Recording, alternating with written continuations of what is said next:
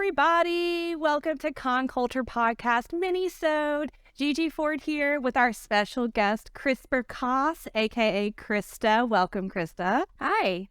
Glad to be here. Yeah, well, we're so glad to have you. And I couldn't imagine a better person to have on this journey because you and I went on a journey to a galaxy far, far away very recently. It was a journey. Yes, it was. So for those of you who are not aware, Krista and I actually played Jedi Survivor together. We downloaded it. We were ready to go when it came out April 28th, but early access April 27th. And we started it that night at 11 p.m. and then finished it by Saturday night. Estimated playtime whenever the game first came out was 20 to 30 hours. And we actually beat it in 26 hours. Wow. Yeah, no, we were going. Just going. Yes. Lots of energy drinks were consumed. Not much food was consumed. Not much food, though. Not at all. Yes. So it was the sequel to Jedi Fallen Order. It follows the story of Cal Kestis, who is a Jedi survivor. It's in the name. What more do you need? So we're going to do a quick rundown of the game, just our experience with it, give you a quick synopsis, and try to convince you to play the game yourself. First things first, we had some returning characters from it. I do want to say that we played solely on PS5. I know that PC, there were little glitches here and there, so this was our experience through PS5. Just sorry, I didn't mean to interrupt. Just wanted to get that out there. No worries. So yes, we played this on our PlayStation 5. So we had some returning characters, and they consisted of Cal, of course, and Marin, and Seer, and Grease. And then we had some new characters that were introduced. Do you want to just tell about the new characters? So we had a new kind of like Cal's bestie named Bode. We had this new big bad called Dagon. He was one of my favorites. Ravis, we had Ravis, who was he could regrow his appendages and everything. Yeah. And then we met Bode's daughter, Kata. We got to travel to some new planets and explore some not so new planets. So we got to we started off on Coruscant, which was really cool because I can't really think of a time whenever we got to be on Coruscant in a video game. Yeah, not since Order 66 and stuff like definitely that. Not. And then we got to go to Jeddah, which if you're familiar with Rogue One, that's where Saw Gerrera passed. And then we went to Kovo, Shattered Moon, and then this new planet named Canalore. Now we're going to dive into the main storyline of Jedi Survivor. So this takes place 5 years after Jedi Fallen Order. So it's 10 years total after Order 66 for those who like to know the whole timeline. Big shocking thing was that they were split up. The group was split up from Fallen Order, which I did not expect. Yeah, the ending of Fallen Order seemed like they were one big happy family. They're going to fight the Empire together, find these Force-sensitive children. They were going to have a beach episode. A whole beach episode. Christmas special. Yes. We thought it was great. All was going well. And then we start off and Cal is completely on his own. He's working for Saw Gerrera. It's just... I was thrown off. I was like, wait, where's Marin? Where's Seer? Why aren't they here? And then that's when we meet Bode, the new Cal bestie. I was not mad at. I wasn't mad at it either. So it was really fun, except it wasn't because he was all alone and we didn't know what happened. They kept sprinkling in little inklings of what had happened, but we didn't know the full story. Cal and Bode end up meeting up with Grease. Grease has opened his own cantina with the help of Seer. Yes. And then from there, you kind of get a little bit more backstory. We got to talk about Turgle. Oh my God, the main character. He stole the show from this video game. His name is Turgle. He's like a frog person, and he was just the best. He ran around. He was a great new character to meet, and he was very much I felt like it was a comedic relief type thing through a really intense game. So yes, definitely. While we were on Kobo with Grease, you find out where Seer is, and she is on Jeddah. So you actually get to travel to Jeddah where you come across not only Seer, but Marin. And that was definitely a great reunion for the two of them, if I do say so It's myself. better than great, I think. One heaven, one heart, one love. Yes. So if you are interested in like little romances, maybe this is the game for you, because there's definitely some romance in this. It's cute. It is really cute. Then you end up, hopping from planet to planet until you come across, we mentioned earlier, Dagon or Dagon, depending on your accent. You come across him, he was a former Jedi turned Sith. Mm-hmm. And you kind of, through Cal's Force Echo, which is how he can see like memories and thoughts from the past and happenings from the past, you kind of followed Dagon's story and learned that he felt very slighted by the Jedi himself, the Jedi. So he decides to embrace the dark side.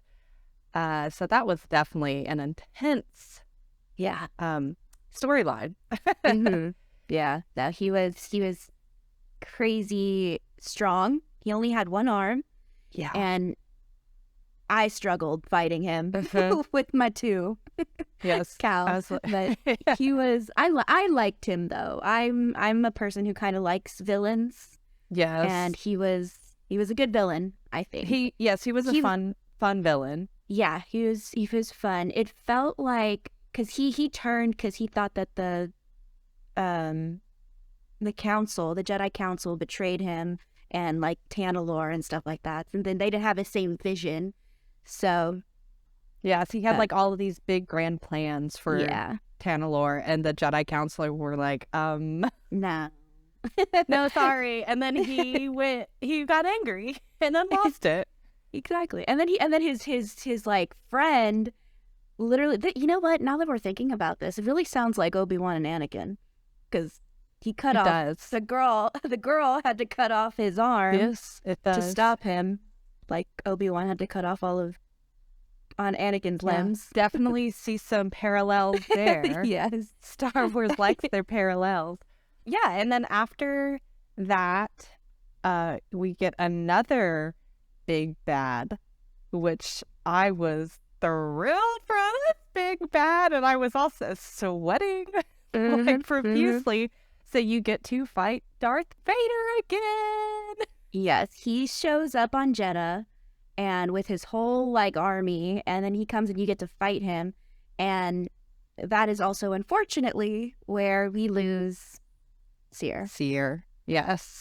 It kept like while during the fights, it kept like cutting to cutscenes, and so it just made it that much more emotional because the final blow was struck in a cutscene. So yes, I wanted to puke and cry all at the same time. It was really funny to me. It was really funny because Darth Vader just shows up, right? Like he walks in, all cool, comes and he kills this Jedi, and then he just walks out like nothing. As soon as he limps out, he did give a little bit of a limp, but like he just walks out. Like as soon as Seer's dead, he just looks at her and walks away, and then we never see him again. So it was just. It was funny because I'm like, okay, yeah, let's just throw Vader in there. Yeah, that was kind of an interesting entrance and exit. It felt very abrupt, but it was also a very badass scene. I love Vader. You know, I love my villain. It was actually super exciting because you got to play as Seer, which I love getting the opportunity to play as other Jedi. And you really don't get that opportunity. You didn't get that opportunity in Fallen Order for sure. So it was really cool to get to play this like incredible master Jedi. And she was so powerful. She was just like one-hitting characters left and right. And it was very fun to play another Jedi, especially one that's so powerful. Yes. And the reason we got to play as her is because right before Bode... Dun, dun, dun. Dun, dun, dun. He betrays Cal, Seer, Marin, all of them by taking the coordinates to Tanalor. He takes the coordinates. and he takes off. So Cal is like, I need to go get them. So he goes and he chases them. Comes to find out, Bode took Dagon's lightsaber when Cal defeated him, and he's a Jedi. He is also a Jedi. That was a big reveal. I was so heartbroken. I was shooketh. I was not okay during that part. And so you get to fight a little bit with this like Jedi. I don't even know if he was a master. Was he a master? Or was he a knight? I don't think they ever They didn't really said say. if he was. I think he was a knight, Mm-hmm. but he was powerful. He was very strong. Very strong. I remember struggling fighting him. And they did the Yes. whole fake out on us where Cal falls to his death. Yep. And it Death. says respawn, and you're Mhm. like, Like, oh my God. I just fucked off.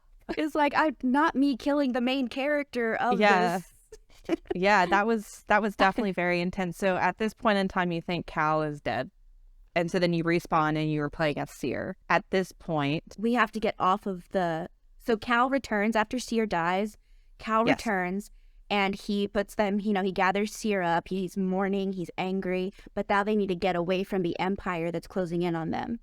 And so this is where Yes. we get to the most intense action sequence that I have ever had in a game. I don't think I breathed the entire time. I did not breathe. I was sweating. My thumb swelled up. It swelled up the next day because I was like intensely pushing the trigger. Marin helps you escape and she's doing all these portals. And so you're having, she creates a portal. You're opening this portal and it's like this like green flame looking thing. And Cal has to like force jump into the portal. And then you're just like flying through midair until she opens another portal. And you can miss the portals, by the way. Plenty. I never of missed a portal ever. I did it perfectly the first. Right. Meanwhile, she was screaming in my ear. And so you're flying through these portals and it drops you off in another place midair. There's like TIE fighters flying around you. Like, it was the craziest thing. You're getting shot at and it's just like, like you're trying And to... it's like you put all the skills that you've learned in this game, like the dashing, the climbing, the sliding, the jumping, everything. You get put to the test here. Yes. It's all super intense. Like you're at having one to point, aim. at one point, I think we slid down something and we had to jump off of it to a zip line. And then we had to jump from that zip line to grates and start. I was so stressed. And then there was wall running and Awful. And then there was one part I remember where it's like, I just kept repeating it because I couldn't see the portal. Marin was like, go through the portal, go through the portal. I'm like, where is the portal? Marin, can you drop the portal a little closer? Can you make it a darker green? Seriously. But that was probably the most fun I have ever had in a video game. As stressful as it was, finishing it, I was like, the payoff of finishing it and being able to say, I finished that was... It made up for how stressed I was during it. Absolutely. So that was like 10 out of 10, probably one of the best action sequences, if not the best action sequence I have ever experienced in a video game. We want more of that. Give us more. Yes. So then you end up, the team ends up going to Tanalorr because that was where Bode, who had, made off with the plans, had gone to. And you get there, and what I really liked about this game is the big bad isn't the big bad character of fighting like the most powerful Sith Lord of all time. You're fighting somebody that you thought was your friend. That was what made his big bad moment, Bode's big bad moment, so prolific, and it hit really hard. So it made the fight hard because you're having to fight with this character that had been with you over the last 25 hours of this game and had helped you. Yeah, and you see it in Cal too, like he doesn't want to finish it because it really cuts. It was another fight that kind of cut between cutscenes and like a fight scene for us. And you see Cal is just like he's angry, he's sad, it's all of the emotions, and he doesn't want to take him down. He gives him all the chances in the world, and Bode never takes them. He ends up having to finish Bode. Was the daughter there? I don't remember if Yes, yeah, in front of in his front of his daughter. daughter. As awful as that sounds, Bode had kind of lost himself at this point to his Yeah. anger and the dark side, and he actually uses the Force and force pushes Kata, his daughter, Yeah. pretty far and ends up hurting her a little. You kind of at that point have figured out that he's not really doing this for his daughter anymore, which I think initially when he started off with this whole plan, he was doing it for his daughter. But then at some point, that he slipped into the darkness and kind of let that dark side take over. So that was really sad. Yeah, he let his fear take over of trying to protect his daughter from the Empire, because nobody knows about this place, about Tanalorr, without those coordinates that Cal has. So Cal's whole thing is he wants to move Seer's operation there, so they'll be hidden. But Bode wants to use it to save his daughter. And I think his reasoning was that if they moved the operation, it would cause attention. Yes. And then it would never be safe. So Yes. initially his motives were somewhat there, protecting his daughter, but then he let that fear seep in, Consume him. control his life, and it ended up taking over him, and he had ended up not doing it for the right reasons. Who does that sound like? I don't know. Who Star hurt? Wars, you did it again. Who hurt the one person he loves? Exactly. That's the rundown, at least the synopsis of Jedi Survivor. Now we're going to get a little bit into our thoughts on the game, things that we liked about it, things that we maybe didn't like. Yeah, we'll get into that right now. Krista, what were probably your favorite things that they included in this game? I loved the level of customization.